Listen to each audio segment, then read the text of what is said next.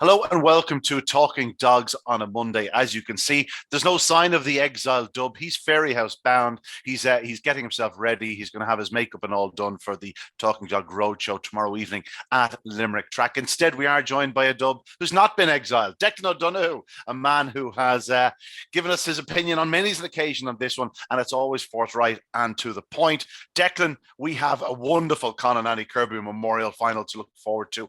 I think it's fair to say, from a general point of view, this is probably the strongest ever. When you look at the two semi-finals, even before then, the dogs that went out, the final 12 were sensational, the final 6 is sensational, and it really is a wide open final. Absolutely. It's been an incredible competition. It is right up with the best ones. We always think the most immediate one is the greatest one of all time, but it's very good. 6 top finalists, 6 top trainers. I mean, you couldn't set it up any better, I haven't actually seen, Ian, is there any betting on it yet, or what way? Or I'd say it's wide open, sure. It's basically 3-1 the field. You know what I mean? That sounds about right. That's the way I saw it too, Declan. I don't think it's going to be an easy race to predict a winner in any way, stretch or form, because there's so many things could happen. There's so much happened in the semi-finals. They were eventful, to say the least. They were, the famous cliche game of two halves, but there were two contrasting semi-finals. The first one was straightforward, very unfortunate, and Carl Rams all involved with one dog, just didn't win it, unfortunately, on the night that mattered. He didn't come out at all. Kildare was superb, it has to be said. Got the break, took advantage. Swords Rex ran very, very well. I think with Kildare and with maybe the Magical Dog, that they probably Kildare would have to repeat the semi-final form. You'd be just worried that he won his final on the wrong night.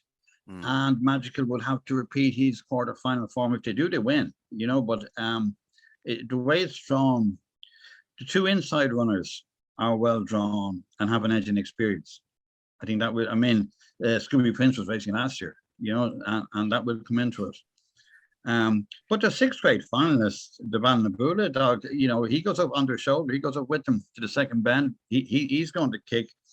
Scooby can win from behind, as we know, and Drewby's Edison is just fine. He can come from anywhere as well. He took it over halfway last week, but he's already moving seriously at that stage. He's already looking to win, I thought. And again, as we all know, they need look and running. I can tell from one or two of your points that we're probably going to have a disagreement or two in this next half an hour or so. That's the fun of it. Yeah. Let's go into the semi-finals, and then we can start. We can start arguing.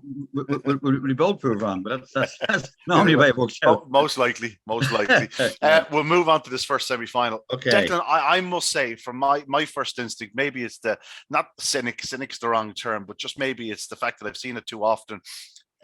It was such a false start in the sense where Kildare took a flyer. Deadly Showtime, while he did come away, he stumbled straight away. Magical Cuba walked out. The Bold Freddy walked out. Swords Rex, it looked like he came away reasonably well, but he's doing a 1:37. He's done certainly. Yeah, the goods are too. I think there was movement in the traps there. I just wouldn't be surprised if someone charged them. And as a result, Kildare went at the right time and most of the others went at the wrong time. Perhaps it was Deadly Showtime. He'd gone again, and maybe as a result wasn't fully grounded. That's why he stumbled. I was speaking to someone last night who was on track. He said he couldn't hear anything. Now, granted, there was a good crowd. You probably wouldn't have heard it anyway. But just for me, it was such a disjointed start that I'm always sort of... I err on the side of caution as regards don't take the form quite at face value. Now, that said, we've been saying for 2 or 3 weeks, myself and the Lions fella, Kildare, well, I've certainly been saying it, that you can see it's coming. You can see that he's going to do it some night. He has been shown plenty of early boot. He's been shown massive pace down the back straight. And this was the culmination of everything. He got the start. Once he got the start, there was nothing lucky about it. 28-21. It was a sensational run from a young dog, Declan, who only made his debut in the opening round. It's an unbelievable training performance by Peter Cronin. It is absolutely, and it's lovely to see the Comforts again with a very good dog. They're such huge supporters of the game. And can I say, actually, I must say this: a dog called Kildare is actually nice because we know they're brilliant at horse racing. They're occasionally good at football. We have to see that. I know. It is a great Greyhound county, and that's often not recognised. We all know about Ratangan, but it's a tie as well. It's Newbridge, it's Naas, it's all over. It's a huge. I found out years ago dealing with Mary Denmark, God rest her, and we knew about Jerry Media and all that. But actually, when you go into it deeply, it's a very, very strong Greyhound county, and it's tremendous for them. Well, you look at all the Derby winners that have come out of the county, certainly over the last 20 years. Like you spoke of Rathangan there between Dolores Root, Reggie Roberts, Fraser Black, Robert Gleeson, of course, in recent times has been flying the flag for Kildare. It's as you said, it's a very, very strong county as regards Greyhound racing. Now a bit like the football, a bit of outside help. I mean, Dolores is like Tommy; she's an exiled dove. And I remember Fraser. And he say back around Captain and so on. No, he's a lily white through and through. Absolutely, forget the Scottish accent. But they're all great people, and it's a fantastic county. There's tremendous Greyhound tradition in Kildare, and it's fine that it's finally been recognised. I've been making the point for the last 2 weeks here with Tommy that for Aidan Comer for to call it Doug Kildare, I'd say they knew fairly early he was pretty talented. I hadn't thought of that side of it, actually. In fairness, I hadn't thought of that side of it, but it's a fantastic dog, and it's great for him. He's been improving. Now, they all are very inexperienced. Well, he is particularly. And now he's been in front. He's been behind the bunny. He's got that bit of confidence. He knows what, but he would probably need to break as well again, I would say, or, okay, you say maybe the missed time break by others. Perhaps it was, but you got to give the dog those great credit as well, And Sword Rex went up well, I thought as well, and ran a good, consistent race in second, very tough on the deadly Showtime. That was just these things happen, and Carl hadn't much luck in Shelbourne the same night either. That's just two narrow defeats in races where he looked like he was going to win both. Yeah, absolutely. Deadly Showtime. He was just completely stumbled. He just sort of completely belly flopped, didn't he? That sort of, it wasn't even the second stride. It was sort of 1.5 strides. He hadn't even got his feet back out from underneath him, and he went, and he had no chance. He was just left completely behind. He was gone. Yeah, absolutely. Yeah. At that level, there's just no coming back from that. Yeah, Michael Core, of course, has been traveling all the way down from Tyrone each and every night. The Bull Freddy was anti-post favourite. Well, of course, it was for support rather than the bookies installing anti-post favourite. He came in for strong support. He was chinned on the line to qualify in third, so he's another hard luck story. But let's talk about the winners. Obviously, Kildare is a dog that really is coming forward. It was obviously Peter Cronin is eyeing up a crack at Toaster with them because he was due to trial in Toaster. He was down the trial sheet for I saw that Tuesday or Wednesday, but of course he qualified from the quarterfinals, so that sort of was put on the back burner for the moment. But judging by Peter's challenges for the English Derby in the past, he won't be put off by his inexperience. No, Peter knows the time of day, certainly. Just going straight into an English Derby, you'd be a little bit worried. Experience level, that would be the one thing that would, but he's a fantastic dog with a great future. And as you say, if Aidan called him Kildare, they knew there's something special. I hadn't thought of that angle. They knew there's something special, and he is for sure. Yes. He away and gone. He just seems to have it all, Declan. And certainly, if he continues to trap like that, he's a dog that has any amount of pace and ability. He's had only his 4th start. Like, we could be talking about this dog for quite some time to come. We could be, but there are 6 great finalists, and Scooby Prince we kind of knew about. The others were learning. Swords Rex is interesting. I heard about him from Tom Mel straight away, and you may remember he's one and only one in Shelbourne, was actually in the qualifier for this, and he was just picked by a very good dog, Kilgraney Sidney, who is certainly on my Irish Derby shortlist. He went up in my estimation that night, Swords Rex, in defeat, because he challenged into the third, was forced to check, came again. He's beaten only a short head in 28.32, and he certainly leaves a length or two on the track. First race at Shelbourne Park, it was clear that night that he was a very, very special tracker. Both of them, of course, first and second are by a sire called Droopy Sidney. You may have heard of him. He's pretty good. Yeah, I saw something about him lately. Incredible, isn't it? It is unreal. Yeah, in just 1 year, I mean, he has come in and totally dominated the scene. There's no doubt about it. But listen, the thing is, they're all from great kennels. They're all bred beautifully. Again, it's a cliche, but it's just on the night. But whatever is going to happen, whatever's going to come away best. Hopefully, we'll have a clean run race, but we rarely do in these kind of finals, But it's not a race to win from behind. As we said earlier, if there is, then I think Scooby Prince, who I think will be at least in midfield at all. I think you're right, Declan. I just think there's too much quality in the race. I just can't see how you're going to pick up. Like, I'm not sure there's any dog that if they got clear on the bunny, they're going to be picked up. I Yeah, just can't see how it's happened. Swords Rex stays to the line. Scooby Prince stays at every inch. You saw him at his quarterfinals storming home. Droopy's Edison, certainly when he's on the bunny, he just seems to have that bit more sort of oomph about him. The other night, he stayed on right to the line to hold out, like to even extend his lead slightly on Scooby Prince up the home straight. Kildare, we saw the other evening, like he leads Swords Rex 2 lengths on the back straight and he wins a length and a half, so he's staying right to the line. Balnabula Ed will stay 550 yards and perhaps further, and Magical Cuba, of all of them, looks a real 550 yard 575 yard dog. He ran on strongly to pick up the Bull Freddy. So we are looking, when we do get to the final itself, about what dog will lead around that corner. We mentioned the other qualifier in that that first semi-final, Magical Cuba. It was a strange one, Declan. Having seen this quarterfinal run, I thought, that's the penny dropping now. This dog could easily turn out to be the best dog in the country. Just seemed to be such a statement performance that night. Completely walked out the other night. You know, he does a 125 winning his quarterfinal, and the other night does a 151. That's why I'm sort of just hesitant to say he completely missed it. Maybe he charged and maybe there was movement, as I said, but to qualify from where he was a big run in itself. He clearly has the pace and ability, and as you say, if he does recapture that quarterfinal form or repeats it in the final, he's going to be a big player.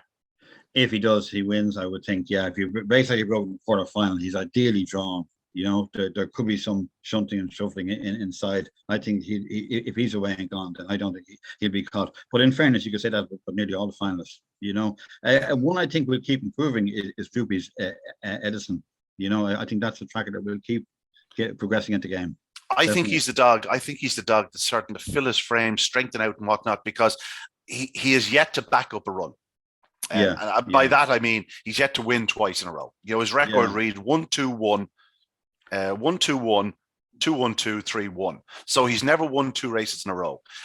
Now, don't get me wrong. He ran an unbelievable race in the final of the Juvenile Classic, perhaps his best ever in defeat. So that wasn't one of the ones, but it was a big run in defeat. But the other evening, he found himself in the right position, shall we say, that when the first two clashed. We'll move on to the second semi-final. We might as well go there now. I don't think he's going to outpace. I don't think he's going to outpace Balnabula Ed down the far side. I think Balnabula Ed was the winner if he avoids his kennel companion off that second bend. He didn't, and the rest of the day is history. Droopy's Edison's left in front, Scooby Prince second, but he ran right to the line. Droopy's Edison. He did, and you know, some of them were like me at school. They're kind of slow learners, but like me, they'll get there. You know. And I think, you know, if you look at Owen's dog now, Shelbourne, Spinosaurus, it's just taken him. Those dogs are in a top level right from the start. They're right in there. They're so fast. They're so good. They're straight. It just takes them that little bit of time, as you say, to find their feet, to find that level of where they can always produce a run. It's the consistency producing run after run. And also, I'd like to point out that he's out of Droopy's blossom.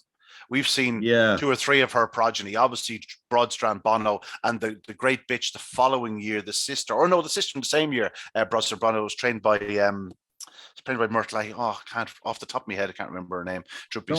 Anyway, but what I noticed about them was that they were 8 or 10 races into their career before it started to really click, and that could be the same situation with Droopy's Edison. You know, if we're talking that there's further improvement to come in him, that's a scary prospect because he's already amongst the most talented young trackers in the country. Yeah, I think some of the others are in advance of him at the moment, but I've no doubt that he will catch up. I think he will, and often late developers in any sport are very interesting. You know what I mean? Yeah. He's good. And we said all that, he is up against it on Saturday. There's no doubt about it. He is up against it. And we'll talk about that second semi-final. Let's talk about the race itself. Lenson on ice. He's a dog, while I never thought he'd hold on in the semi-final. I thought there was a chance he'd sneak around, he'd go around in front and perhaps sneak in through the qualifying spaces. I think he's a dog for the future. I think he'll strengthen up through the year. What he does have is blistering early speed, Declan. He could be a real Laurels type greyhound, a Waterford Masters, Kingdom Derby type dog. Whether he'll ever be a 550-yard dog, I'm not dismissing it. That strength may come, but his early speed, he really is razor sharp, isn't he? Oh, he's going to win a lot of races. That is for sure. You keep going away from the box like that. At the moment, he looks a 5-5 dog. Yeah. I would agree with that. It looked a kind of a wetter, sticky night in Limerick on Saturday. I'm not sure what it was, but it had a look about it. So on another night, he could have just seen it out, you know. But he'd probably keep improving too, you know. But certainly, if you keep breaking, you keep winning races. That's for sure. Yeah, 4:12 into the opening corner, like he comfortably led. It's such a talented field. Importantly, though, Balnabula Ed, his kennel companion, turned second. He was on the outside of Drubby's Edison and Scooby Prince. Drubby's Edison was just mastering Scooby Prince into the corner, but edging inwards. And they sort of got squeezed up. And then Balnabula Ed cut across them. But as he cut across, he ran up the heels of Lenson. He had to check himself, straightened up, and went again as they entered the back straight and ran straight into the heels of Lenson and Ice. I thought they were balked, but they actually clipped heels more than anything else. It affected the leader's momentum. It also completely stopped Balnabula Ed in his tracks. I don't know how Drubby's Edison avoided them on the left-hand side. He slipped up the inside. Scooby Prince is even more remarkable. He took a step right and went around the outside of the two of them. For Scooby Prince and Drubby's Edison, they missed them as clear as they did. It was like something out of Days of Thunder. It was a case of close your eyes and hope you missed them. Drubby's Edison's left in front, Scooby Prince second, and that's the way they finished. They galloped on strongly to the line, as you'd expect, 28-47. Balnabula Ed was in further traffic down at the third bend. I'd say Pat Buckley was closing his eyes at the third bend. His three runners were all on top of each other, getting involved, getting crowded. Balnabula Ed went to the inside. He probably wanted to be more middle. They got held up. They're beaten 14 lengths, but for Balnabula Ed to get going again to hold Glengar Scholar was testament to his ability and his determination to get through. But out front, Drubby's Edison and Scooby Prince. Again, it's a race where it was a good performance by the winner. It was a good winner, good second. Balnabula Ed, you can't really judge it. What I'll take out of the race is the fact that Balnabula Ed was probably in the position to win the race off the second bend. He got stopped, held up. He didn't have to really extend at any point in the race, bar he kicked on again up the home straight. He's probably had an easy race. I know it is strange to say, but he's never had to really fully extend during the race. That might just stand to him next week, even though he's beaten 16 lengths. He's beaten a long way, but as you say, he met a lot of traffic more than once. You know, he kept going. He kept chasing it. You're not going to come behind Scooby Prince. That simply is not going to happen. You know what I mean? So he ran a good race. He ran a cracking race the week before. You know what I mean? On the shoulder of the leader, picked up at the second bend and kicked on. Yeah, he's a very, very good dog. I mean, you'd bring any of these six dogs home, wouldn't you? I mean, they're exceptional. They are exceptional, you know. We're going to keep stressing that point, Declan. Like, you look at the dogs, like even the outsiders of Party, Crafty, Kokoro, she badly hit the fence at the opening corner. Saw the tail going up. I hope she's fine. But she's probably feeling something. She's such a talent. We want to see her back. We certainly want to see her at Shelburne Park, a place that really is made for her. Glengar Scholar went out. The dog went 28-24 in this card. You know what I mean? Kokoro is one of the most exciting ones in the country. Yeah. But you and I disagreed on this before, and of course the Oaks is going to be there. But she's under 5-5 racer. But my God, she has prospects of doing just about everything else in the game. My fear with her is that she might not have a distance until she really steps up, because she'll find herself probably further behind over 550, 575, 600. Now, that said, we saw her running at the Night of Stars or at the Winter Racing Festival, and she absolutely hammered home in what was only her fifth or sixth race, shall we say, behind really experienced dogs that'll be challenging English derbies, Irish derbies. So she's shown that she probably does have the pace to challenge over 575, 600, but I think 600 will be the minimum she wants going forward. But out of the race, Declan, like, can we take the form at face value? Like, what do we just judge Drubby's Edison, Scooby Prince, and Balnabula Ed on previous runs, and we just sort of leave this one parked? Well, part of our job obviously is reviewing races, and I have to say that's one of the most confusing ones I've seen this year. No taking away from the first and second, who didn't go their way either. Like, nothing really got a dream run in that race. They all had a bit of things to do, but as to how much it tells us about next Saturday, I don't know, to be honest. They're all still, even Scooby Prince has only won 12 times. They're all still a bit inexperienced. You know what I mean? So that could be a factor as well. It's worth pointing out, like, he's the eldest in the lineup. He's a March 20. So we're talking, he's 2.5 weeks gone 2 years of age. Like, he's only Like there was a time when dogs like him wouldn't even appear until they were 2 years of age, and here we are. He's got 12 starts. Do you know what I mean? He's already a puppy stake. He's already a national puppy stake winner, and here he is in Trap 2 with a relatively good draw in the final of a Conlanny Kirby Memorial. He's the most experienced runner with 12 runs. Swords Rex has 11. But then you're going back to Droopy's Edison's only 8. Kildare has only 4. Balnabula Ed and Magical Cuba, both on 7 starts. There's so much to come from these 6. We will be talking about them probably ad nauseum for the next year or so. But for the next few minutes, we're going to talk about the final itself. Declan, I looked at the final, and normally you get first instinct. My first instinct was, I haven't a bloody clue what's going to win this race, because I think it's absolutely wide open. It is. Well, obviously it is. It is. Yeah. Kildare's only 4 races. That is kind of worrying. You know what I mean? It is. So really, you would need a repeat of the semi-final. You know, that's just exciting. All prospect, though, he most certainly is. I have to say, I find it hard to get away from the two top dogs. I think where they're drawn, the edge they have in experience. You know, I just think it is wide open. It's a tricky race. That's why 3-1 the field sounds right. I'm not arguing that, but you have to go for something. And I think the 2 dogs on the inside. In other words, for 4 or 6 to win, they would have to repeat their best runs. Definitely. I think we both agree on that. I think they do. But by producing their best runs, we basically mean making a start. That's what they have to do. They have to make a flying start, because we know that they have the pace thereafter. And I think Droopy's Edison, if you look at him last Saturday night, granted it was a messy enough affair, but we saw him into the corner.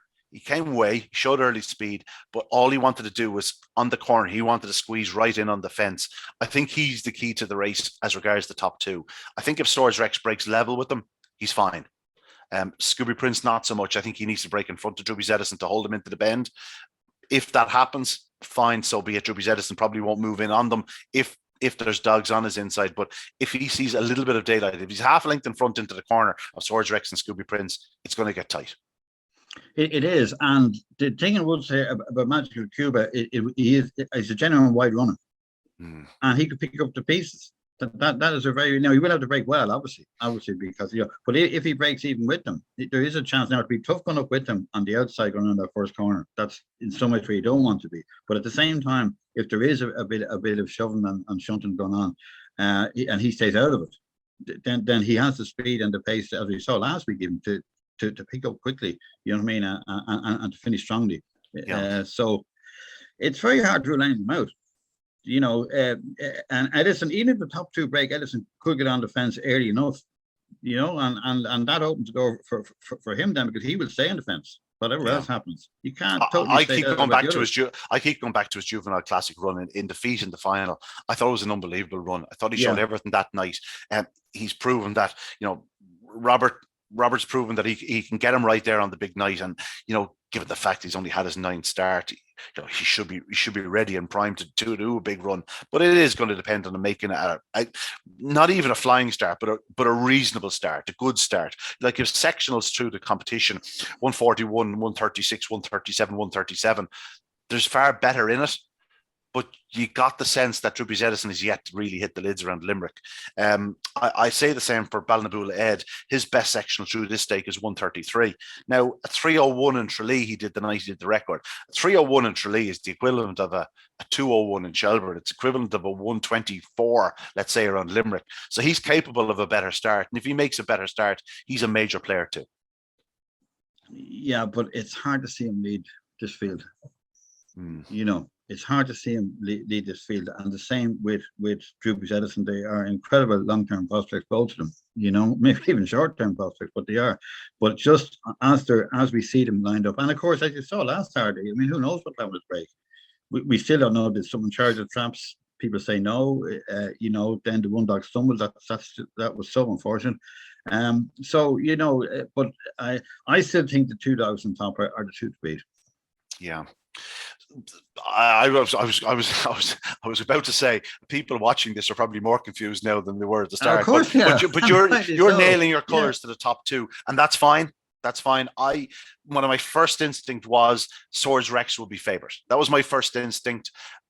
it didn't necessarily mean I thought he'd win. I think it's going to get tight on the inside.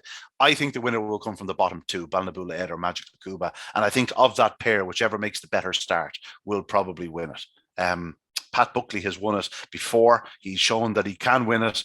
He's won 2 or 3 wins in the competition. Pat Guilfoyle is yet to win it, but that certainly wouldn't put me off. He's won everything else in the game, Declan. But you can say the same for everybody in the Graham Holland, Jennifer O'Donnell, Robert Gleeson, Peter Cronin, Pat Buckley, and Pat Guilfoyle. Yeah, they really are some of the biggest names in the sport. They are. I mean, you leave out maybe Owen and Paul, and you have, all these 6 have won huge finals. All these 6 trainers have won major finals time and time again. So there's no advantage or disadvantage there. And yourself with dogs, like, do everything right and everything else, and you gallop week, all the rest.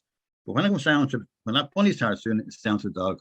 It is down to the dog. You know what I mean? We must point out here, just before I forget, it's a Friday night final. The 6 days, it shouldn't make a difference. These are young, inexperienced dogs, but they're fit as fiddles at this stage. They should be fine. Yeah, of course they are. Of course they are. Yeah. Now, Declan, as a journo, if you had to sit down in the morning and write let's say just a 100-yard or a 100-word preview, what are you suggesting is going to happen? Are you suggesting Swords breaks level with the remainder of the field, holds his pitch, and slips around in front? The same for Scooby Prince. Is that how he wins? Gets away, holds his pitch into the corner rather than going clear into the bend. Once holding his pitch, has the right position to strike off the second bend. Yeah. I think you pretty well nailed it there. Swords Rex would be with them. He would be going with them, and he is on the fence. Not that he needed maybe as badly as people might think, but it's an advantage, to be honest. You know what I mean?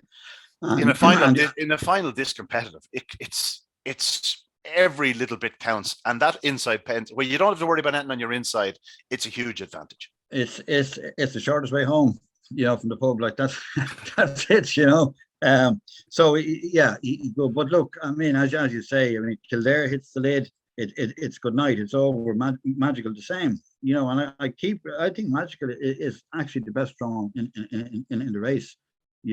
Now you might say Trap 6 in a 5-2-5 final isn't always the best box, and I kind of get that, but he can win it 2 ways. If there is, as you said, there could be crowding on the inside. Now that changes the whole picture completely. Yeah. Because really, if you don't get around the bend in contention on Friday night, I keep saying Saturday, on Friday night, if you don't get around the bend at least in contention, then it's game over. Yeah. And they could do each other on the inside. And if, as you say, if Troops Edison moves in, breaks with them and tries to move in, that won't have Scooby Prince definitely. Do you know what I mean? We could talk ad nauseum about this. But the fact of the matter is, this could be a final that could be won by an absolute just a flash start. If one of these dogs makes a flash start, it could be over after 3 strides. Yeah. But which of them will it be? That's that's the stick the name of the hat job, isn't it? Every one of them, you get the sense is capable of a flying start. It's just a case of some are probably more likely to get it than others. An intriguing final. You'll be watching it from the confines of Shelburne Park on a Friday evening, Declan? Absolutely, yeah, of course. We have something to look forward to on a Friday. Fridays are normally a slightly quieter night than the Saturday. It means we can focus all our attention on Saturday night at Shelburne Park. But Friday night is very much a night for the Kirby while in Shelburne Park. And of course, it's going to be on Racing Post Greyhound television. We mustn't forget that. Stress how important it is for our sport to be showcased. And it's great for the UK followers to be able to follow this. It is fantastic. It is fantastic, and you couldn't overstress it. I know in horse racing there is mixed views about racing TV because simply it stops people going to the tracks and so on. But I noticed a big sea change about 6 years ago going to Cheltenham. One time you'd be asked about the Irish phone, you quizzed up and down about the Irish phone. Now they're telling you the Irish phone, better than we do, and that is true TV. There's no doubt about it. It's huge. It's absolutely, you couldn't emphasize how important it is. It is, and it's a huge audience. It's also shown on the tracks of the UK as well. And this week leading up to the final, you can be absolutely certain that they'll have sit-down interviews via Zoom with each of the 6 connections. You get a feel for the people about how they're going to go about the dog, what form the dog is in during the week. They'll be showing the semi-finals. Certainly, I'll be there on Wednesday night doing the Irish focus, but they'll be showing those semi-finals throughout the week. So there's no excuse for no one not to be clued up and have their own opinion on this decider. Absolutely. And everyone on that channel, they love their dog racing. They Yeah. absolutely love it. You know. We also must mention, Declan, we're both very active on Twitter. It's great to see all the GEA clubs getting involved, all the local interest.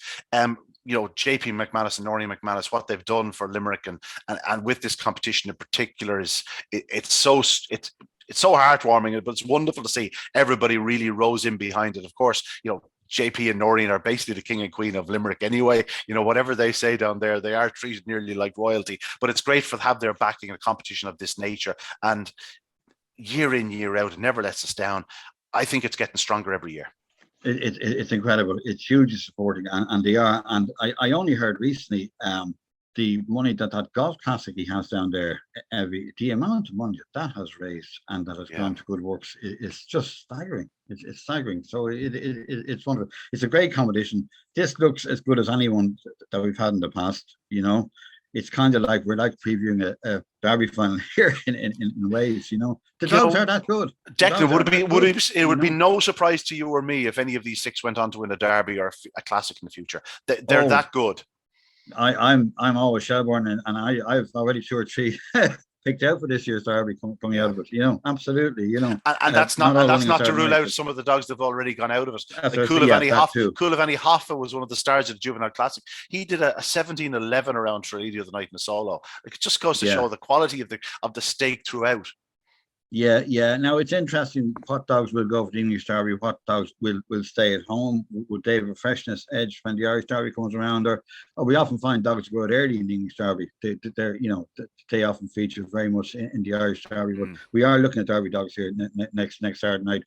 Possibly more next year than this year, but some of them will be involved this year, definitely. No question. End, I would think. No question. It seems to be more this year than next year, really, these days. I find that the growing trend in Irish greyhound racing, certainly when it comes to the Derby, is that, don't get me wrong, we have had a few second and third season dogs winning it in recent times, but it's these first season dogs, it's almost like that's their best crack at the Derby.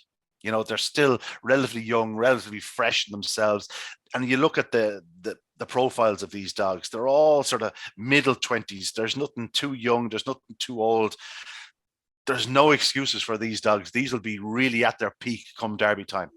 Yeah, but there's a certain lady called Susie Sapphire that they're going to have to deal with. That's another factor that's got to come into thinking. She's only a matter of months older than them. She's not even a year older than them. Yeah. Listen, it wouldn't surprise me if some dogs are going to the English Derby just to stay clear of her.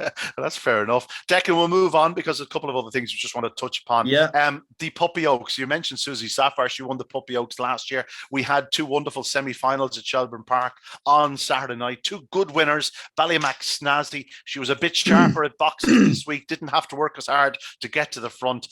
She did it nicely. She's really progressive. She's only a July 20 member of a very good litter. She's actually a sister. She is a sister to the Bold Freddy. And the English Puppy Derby winner in Monmore, Dealish Frankie, Ballymac Snazzy, a lot to like about her. I thought Droopy's Request ran a big race in the feet. And Kiltallan Tilly caught the eye, showed great pace down the back straight for David Murray. She's really stepping forward. She's out of Mag's Image, of course. She would have been bred by Owen McKenna, but Ballymac Snazzy, a good winner of the opening semi-final.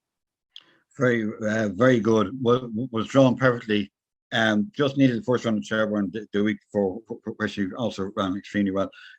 She is very good. Right now, out of it, if you're buying something in the morning, you'd look at her. You'd look at Mary's wedding, Marie's wedding, obviously.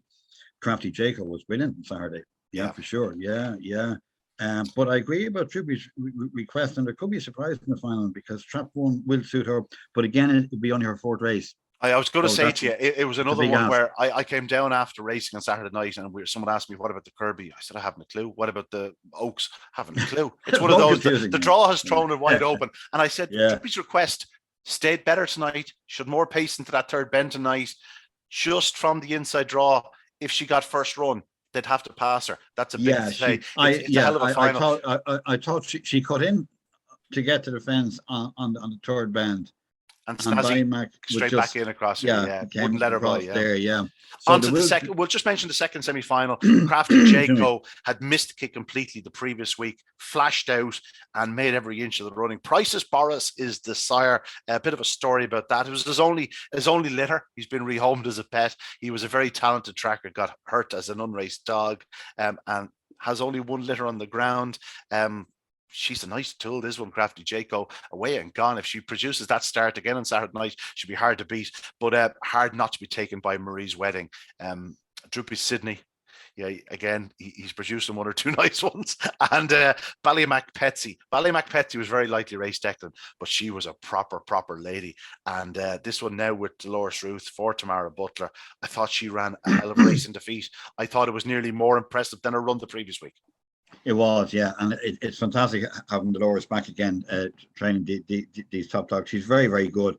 She's possibly the best long-term prospect in the race. We're talking about that's only had 4 or 5 races, but she's very good. Ballymac, and she's only November, Declan. She's the same age as Susie Sapphire was this time last year. Exactly, yeah. But I think you hit the nail on the head a second ago. If Crafty Jaco breaks like last week, then that's game over. That was sensational. I mean, that's there's no coming back from that. Couple of other bits we must mention. I must mention young Jamie Mcgee. He had a tremendous winner at Shelburne Saturday night, Two Amigos. Great to see Two Amigos back. He won the feature down in Curryhead Park with the Gizmo Dog, winning the super sprint. Also had a winner on the same night at Mullingar. 3 winners across 3 different tracks. Jamie, sure, he's only a young lad, but he can train a dog. And didn't he have another winner at Shelburne that was only having his 3rd race? That was on Friday night, was it? Yeah. He's a nice winner. He's Swansea nice dog. One, isn't he brought him to England for the Puppy Derby, so he clearly thinks a bit of him. That's the one that impressed me the most now. Two Amigos is wonderfully consistent, as these top sprinters are, And some night we're going to see a cleanly run sprint in Shelburne. Some night nothing's going to get boxed and knocked over. So the problem was the other night, there were dogs with limited experience around Shelburne Park, and with the 6 of them charging into the corner like that, something's going to happen. But you're right. Some night we're going to get an Elisa Primo, a Two Amigos, a Flashing Willow, the Gizmo Dog that won the other night. It's all of a sudden we're bubbling up into a very nice sprint division in Ireland, which is something we need because we've had a couple of quiet years in the sprinting division. There is at least, I would say, 10 top sprinters in the country at the moment, and I mean, and some of them are very consistent. Even some of the top sprinters down the years, you'd say they're inclined to miss it every second or third night, but these lads aren't. They are very good, and Two Amigos is right up there for sure. Yeah. But I was very impressed. You can imagine they'll all be targeting the likes of Dundalk. Interesting to see Ellis Primo trialing at Toaster the other day. I'd say he went as a travelling companion. I don't think he's going to challenge for the English Derby, but maybe Peter is perhaps eyeing up. I think they run a sprint competition in conjunction with the English Derby. So maybe he's just a case of, if I'm going over, I might as well bring Ella, see if he can pick up a few quid over there. A few more things I want to mention. We saw a couple of very, very promising young stayers running at the weekend. Down at Limerick, Jack Tavern Bella, who I think we've both been looking forward to seeing going over the 6 bends, ran very well at Limerick. Really pleasing first look at the 750-yard trip. And in Shelburne Park, it's hard not to be impressed by Burnchurch Best. She looked a hell of a stayer in victory and got held up around the opening 2 bends, was upwards of 10 lengths behind, and really got racing in the second half of the circuit to win in a 41.70 odd deck, and 2 very promising young stayers. They were, and the one Burnchurch beat was a bit unlucky, actually. First time over with Drumcrow. Will certainly win next time. She ran very well. She did. Ran very well. It really seemed to be, and unlike sort of bitches where you could say like, okay, she's clear, and she didn't seem to lose her stride. It was just, I think she ran into a hot one. But as you say, she'd have won 19 out of 20 novice 750s with the display she produced. Oh, absolutely. Excuse me. And I think also what we're seeing, which is fantastic in recent years, is they're going straight up the marathon racing. You know what I mean? After 6 or 7 races, because years ago, you used to wait 20, 25 races, and by which time some of the dogs were just sick of it. Soured. And they're getting soured every night and getting fed up with it. Yeah. So I mean, that's happening much more quickly now. They're going up to the proper trip, and away they go. And it's very popular. Like we're talking about good sprinters at the moment, and there are. But marathon racing in Dublin and Shelburne is very, very popular. It is hugely popular, and may we see more of it. I know there are attempts going on, but people need to enter their dogs. Like you say, Declan, if you think your dog needs further, Stop getting them bandied about in 525s and 550s and even a 575. Stick them up to the trip and see how they go. If they don't handle it, put them back. Do you know what I mean? Put them back in trip in time. The current curriculum now is just, and we've all great memories of it in Harrods Cross, and quite rightly so. But my God, at the moment, it's just. Have you any idea what's going to win it this year? I mean, could you start thinking about it? Could be anything. Could be anything. And you know, and there's still one or two to appear in the next few weeks. I have to mention, I was down at Enniscorthy on Sunday night for the future champion and Michael Fortune Memorial. A great night down there. Yeah, it was good.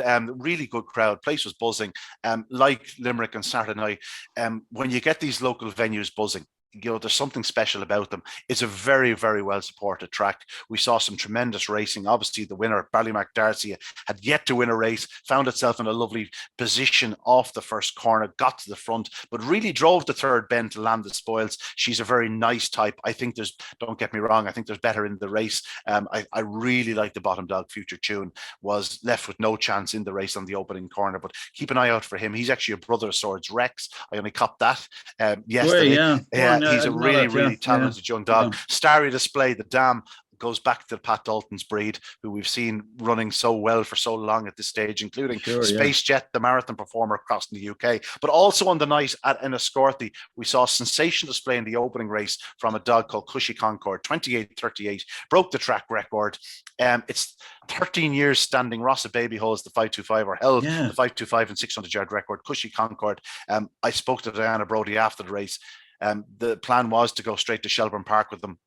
Heard a whisper this morning. We might have a bit of a story on that in the morning. Chance he could be changing hands, but he's a very exciting young tracker. One for the future. Keep an eye on him. Anything else, Declan, you'd like to mention? Very good. Anything else you'd like to mention? No, well, I think also on Saturday night, what have we got? We've got the Puppy Oaks, and there's the RCTS, the Reds thing. Spinosaurus, I think, is in 4 in the final. That could be different. That won't be. He's only going one direction in the early yards, and it ain't right. Yeah, but to be fair, he's not really a 525 dog. So you know, 55, 75. He'll be doing what he's doing, like 28:45, and that run to the bend the other night. I mean, there were 6 of them nearly went to the bend together. You know, so he is. But that's what we were saying earlier. Some dogs just need a bit of time. They just to read. You know, and there's a few that have gone out of the Kirby. That will be great dogs in the future. They just aren't quite ready for that yet. Or as you said, you could charge traps or something. For the past few weeks and months, it's understandable this time of year, you tend to focus your attention on the young dogs coming through the unraced stakes, then into the likes of the Kirby. We'll be talking about the produce stakes very shortly as well. Obviously, there's some very well-established performers out there, most notably Susie Sapphire and the likes. But there's a very high standard of dog thereafter. Just that yard behind them at present, but dogs that are running proper AAO 525-yard dogs.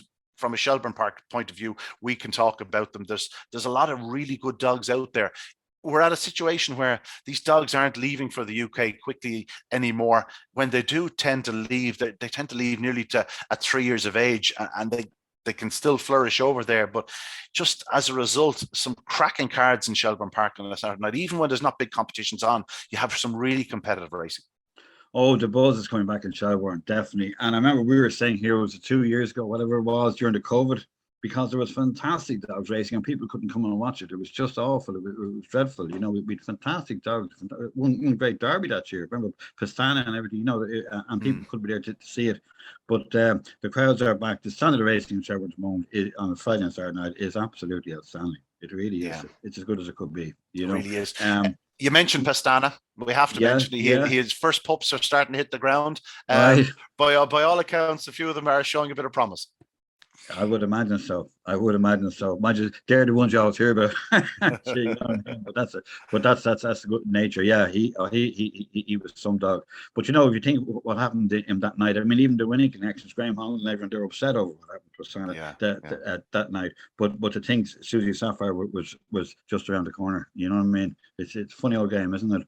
Yeah, you just mentioned Susie Sapphire, 1855. She's not going to the UK. I'm not disappointed. I'm sure you're not disappointed. I think if she was mine, she'd be stuck to Shelburne Park. That's where she stays. Absolutely, absolutely. It is the correct decision. It'll be very exciting to see her, and you know she'll be taking on some good things in the Sport and Press Irish Oaks as well. You know, Yeah. she's not guaranteed to turn up No, and win absolutely. it by any means. You In know, theory, the 525 is a trickier distance for her than the 550 because she's taken on those razor sharp ladies. As you know, one or two of them will come into the form of their career during Oaks time, and things could get very interesting for those few weeks. Last, there was one out of her own. Kennel was very good at thought last week. Mag's memory, first race back. That was an astounding run. Astounding run. Absolutely, I thought our kennel companion Postman Cash was going to win off the second bend. Mag's memory just charged into that third bend, hit the front and stayed on strongly. As you say, for a comeback run, it was a hell of That's a good final too, actually. Sorry, the Postman one is in 4, I think. Mags is in 6. And in between, Paul Hennessy is a runner who, if she goes back to her form she showed a few weeks ago, I'll not be back. Yeah. Now she's just gone off a little bit. She's not quite what she was 4 or 5 weeks ago. But if she hits the lid, then she wins. And funny enough, I think Trap 5 will suit her. I thought she went out of the Cork Oaks the second round. Trap 1 didn't suit her at all. It just didn't seem to suit her. She seems to be one that breaks a bit better from the middle or a little bit further. She's a middle, yeah.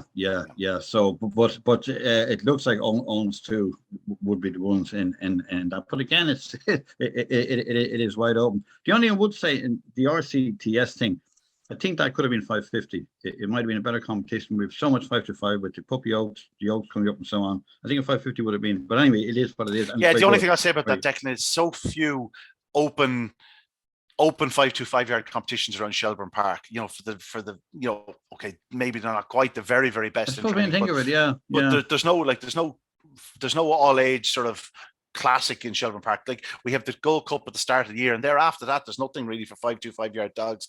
You know, for the very, very top bracket. I want to. I know I want to mention one more thing. Here we go. One more thing. Okay. Lots happening in the UK at present. The Maiden Derby is currently on the Matchbook Betting Exchange. Maiden Derby at Toaster. Wide Open is flying the flag for Ireland. Declan, I'm sure you were really taken by her second display at Shelburne Park only a few weeks ago. She won in 28.90 or something like that. Track wasn't bouncing on the evening. She came from behind the Mustang Jet, gave him a 6 or 7 length head start, beat him 3 or 4 lengths. She looks a proper tool. She did 29.18 last night, which would be good enough to win any English Derby over the last 2 or 3 years. She's a very special lady, but also couple of trial stake winners for Peter Cronin, Emily's Jet, who ran so well in the early rounds at the Kirby, and Cape Cloud, a dog who we will have seen winning well at Shelburne Park, as well as a couple of the provincial tracks. Peter is obviously eyeing up the English Derby Challenge. He's a couple of nice types.